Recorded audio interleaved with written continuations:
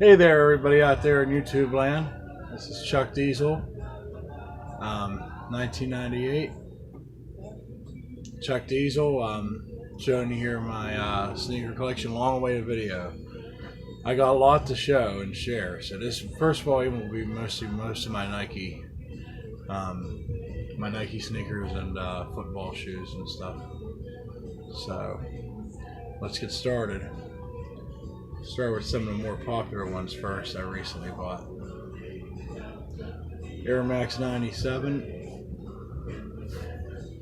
Worn these quite a few times.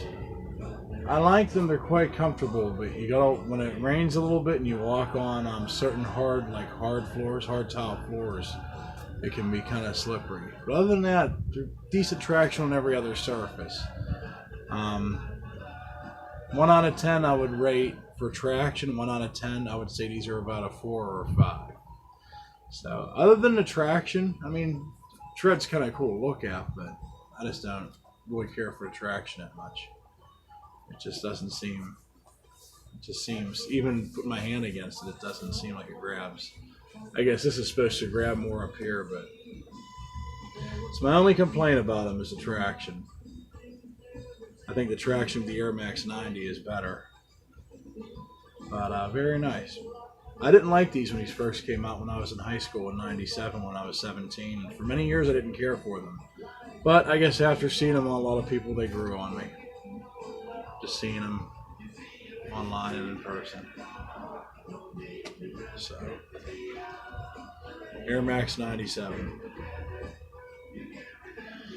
Next shoe.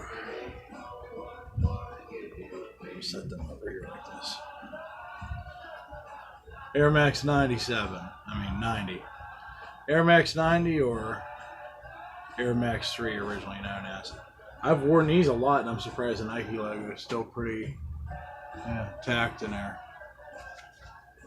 Now the tread on these and the gripping power of these, I'll say a 9 or a 10 out of 10. Much better traction on these guys. The rubber composition's better, and I've worn these to work a lot too. So these were a bright white, and this nylon mesh was a bright white. I just thought they were a little too white though when I first got them.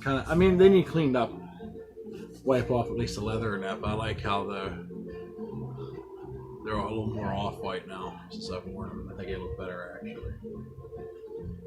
So that's the Air Max 97. A lot of people like that back. Air Max 90. Apologies. Air Max 90. I don't know why I keep saying 97. And yes, I have a big foot. Oh, these are 15s. I could have sworn I thought these were 14s. Let's see, my 97s are... Okay, the 97s are 14s. That's right. I thought these were 14s. These are actually 15s.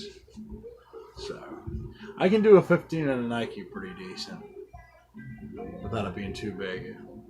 Now, these are pretty comfy for size 15. So there's the 90s. It's the other shoe. Same thing, essentially. Then I have my buddies, mainly for the video and just for the sake of collecting. Here's my buddy's Air Max 90s. These are US 10. These are pretty destroyed and trashed. There's a little bonus. I figure since he inspired me to go out and get my own pair. This is this colorway of the 90. And yeah, the soles are pretty worn out. But since they were trashed and destroyed, actually his air units are still intact. Lace on this one ain't intact anymore, but yeah, there's another Air Max 90.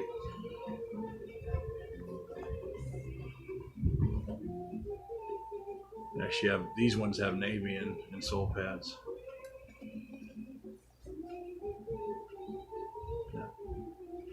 White worn. All right. Next I have,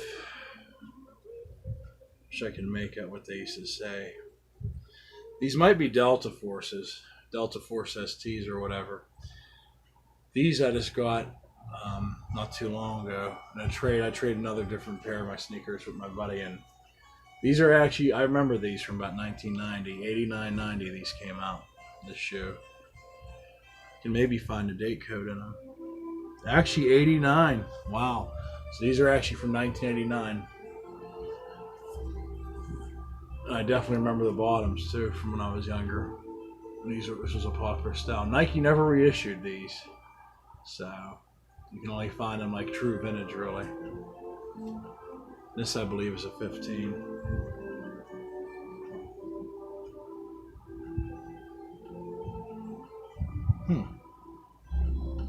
Can't find a size tag. These are pretty beat up and kind of trash, but still a cool shoe. Nice herringbone tread there with the Nike kind of like buried underneath like part of it, which is kind of different. And usually their branding doesn't get buried in like inside of a tread, but I think it was one of the few times they did that, like where the Nike name's actually cut off a little bit. This one almost has a hole through the heel. It's the second time I collected a pair like this.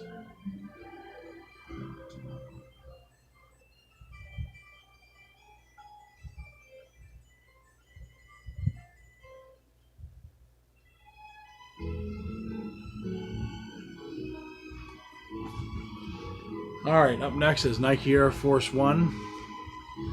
These are like a pearl colored leather. These were a gift from a good buddy of mine.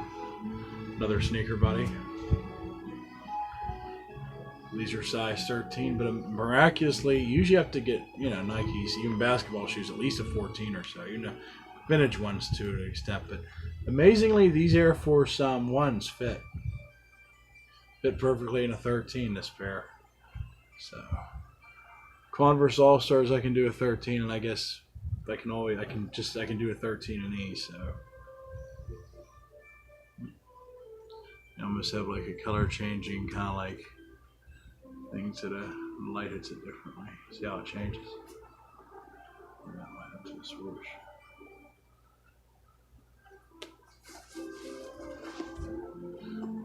A classic Air Force One sole.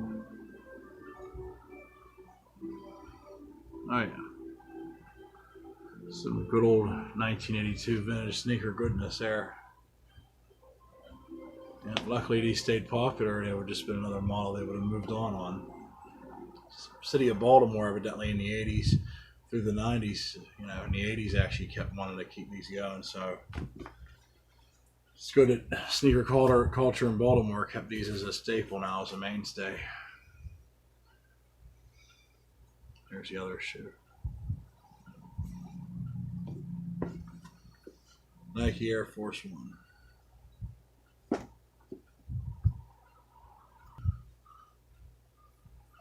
All right, next up we got the Nike Cortez and suede. These were a Nike ID, I guess, and I manufactured 2017. And these have the rounded back, the rounded heel. You'll see some people, wearing Cortezes, or when you look online, some will have the heel that actually curves up like this, and some will have the straight round that goes around like this. I'm a fan of I like both, either one, but I like the rounded heel.